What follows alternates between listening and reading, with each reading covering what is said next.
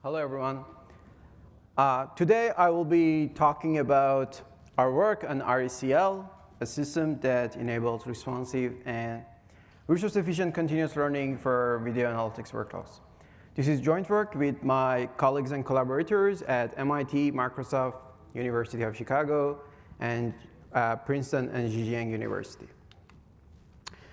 Modern video analytics, predominantly based on machine learning models, can provide highly accurate inference results, but of course, at a significant computation cost. Given the number of cameras deployed at the edge these days, and their limited compute power to run such state-of-the-art models, there is a strong tendency for using lightweight models in video analytics these days. However, lightweight models cannot generalize to broad data distributions, and it is well known that their accuracy is more prone to the drifts between the test and training data distribution. For instance, here, this chart shows the accuracy of various object detection models versus their compute time across 4 different architectures of these detector models. And as you see, when we limit the compute budget on the x-axis here, the achievable accuracy metric significantly degrades to less than half as good as the best model here. So such limitations of lightweight models have led the community to use continuous learning systems in which we repeatedly boost the accuracy of lightweight models by specializing them for each specific scene. Let me give you an overview of this framework here. So abstractly, we have these data streamers, which can be, for example, a camera or a microphone. And it's sending inference queries to an inference process, running the lightweight model at the core. And in parallel, at the core of every continuous learning system, there is an adaptation process that frequently takes samples from the data streamer.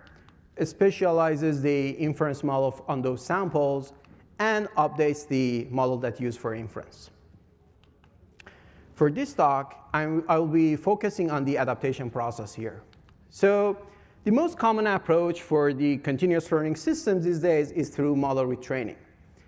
And one way of doing this is through supervised knowledge distillation, by which I mean you take this batch of samples, and you pass them through your state-of-the-art model, which you can call it a teacher model that generates the labels on your sampled frames. And then you use these labeled frames to just continuously retrain and update your model for those specific samples. And while these continuous retraining systems significantly improve the accuracy in prior work, they still have 2 remaining system challenges that I want to talk about today. So first, retraining usually requires more iterations when the scene changes suddenly. This can be, for example, a car driving on a sunny road and suddenly enters a tunnel in a dense city. So here, the car enters the tunnel somewhere around t=40 seconds on the bottom chart. And the first model update in a continuous retraining system arrives somewhere around t=60 seconds. The second model update 30 seconds later. And it takes tens of seconds for a new good model to be retrained that goes from fitting a sunny road to a tunnel environment here. So the second challenge of such retraining systems is that the retraining process typically consumes 70 to 90% of the end-to-end resources in such systems. And while we may have lots of resources in the cloud for this purpose, when we want to scale these systems to thousands of cameras, this can quickly become a prohibitive cost. So to address these problems, let me first quickly take your attention to our workload properties. So consider a server that provides such adaptation service for multiple cameras, like a fleet of cars driving in the city streets. These video sessions typically show a spatio-temporal locality at the server when, for example, a car enters into a street that another car has been there before. And as similar scenes require similar inference models, therefore, we observe that we have redundancy in trained models across the entire system lifetime. So the question I want to talk about today is, can we efficiently reuse such specialized models from the past? In RECL, we show actually the performance gain of reusing historical models for online model adaptation. As in continuous retraining system, we always start each adaptation from the most recent model update. In contrast, we propose to gather a set of adapted models over time, which we refer to as our model zoo, and use a deep neural network trained to select the best model to reuse from the zoo. RECL is the first system that kind of integrates continuous retraining with model reuse across all devices, across all cameras, and it presents a state-of-the-art mechanism for model reuse. So how can we select the best model to reuse? Note that the challenge here is we need a very lightweight model selection mechanism, because we want to run it multiple times every minute and whenever a scene changes. And the strawman's approach here could be given a sample frame from our camera stream, measure the accuracy of all models in the zoo, and pick the one with the highest accuracy.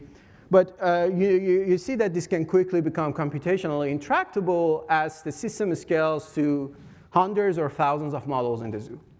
Instead, in RECL, we train a deep model to estimate the accuracy of each model in the zoo given an input frame. And we then aggregate these estimates over recently collected samples from the camera, and the model with best overall accuracy estimate is selected from the zoo.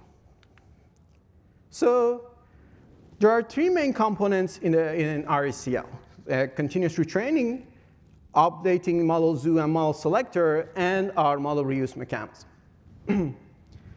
A first challenge here is we need to effectively integrate these components to efficiently reuse models as much as possible and train new models whenever needed. So let me quickly walk you through how we integrate such reuse and retraining in RECL. So here, as you know, there are three types of neural network models in our system that I'm showing at the bottom. Our lightweight model that is run for inference, and we have our heavyweight model that we use for occasionally run for labeling our frames for adaptation, and there is our model selector neural network. Is this on my end or?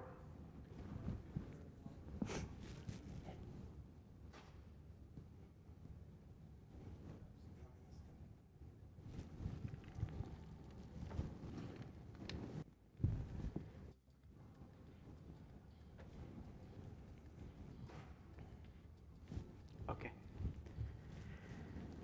So now consider a system where we have multiple of these camera streams, and each of these camera streams is running an adaptation process, which for continuous retraining component, it would be just pass them through our state-of-the-art model as a teacher, and just do supervised retraining of our lightweight model.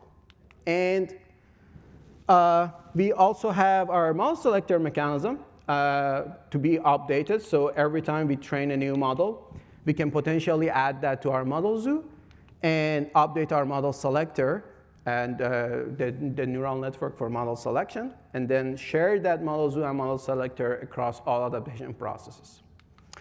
And for model reuse, then we take these model zoo and model selector and run this on our sample frames for each camera, and the model from the zoo with the best overall accuracy is the one that is suggested to be reused. So a natural question here is, which of these two models should be deployed for each camera? The one that's come from our retraining path, or the one that is coming from our reuse path? So we introduce a simple but effective mechanism here, which simply takes the two lightweight models and evaluates the accuracy of those two on the labeled frames, and just the one with higher accuracy will be the one that is deployed at the edge. And each time this model retraining starts from the deployed model at the edge at the moment, and we have an online GPU sharing algorithm that I won't have time to cover today, but this actually what it does is it allocates the GPU time based on the training gains for each camera. So if the reuse mechanism is very effective, then your retraining gain is not much, so you give your GPU time to other adaptation processes. And so, and one last mechanism I want to talk about is we can now relax this model selection task by just now instead of asking for top model from our model selector, just relax it to our top K model and at a small overhead, compare the accuracy of all these K+1 models at our accuracy comparator. So back to our initial example of entering a tunnel. You see here how RECL significantly improves the system response time as soon as the first model arrives, the first model update arrives. And this is reusing a model previously trained from for a similar situation in the past. And RECL provides very effective model reuse suggestions. Here I'm comparing its accuracy against baseline that uses image autoencoders to kind of generate embeddings for input frames and kind of cluster those in that embedding space.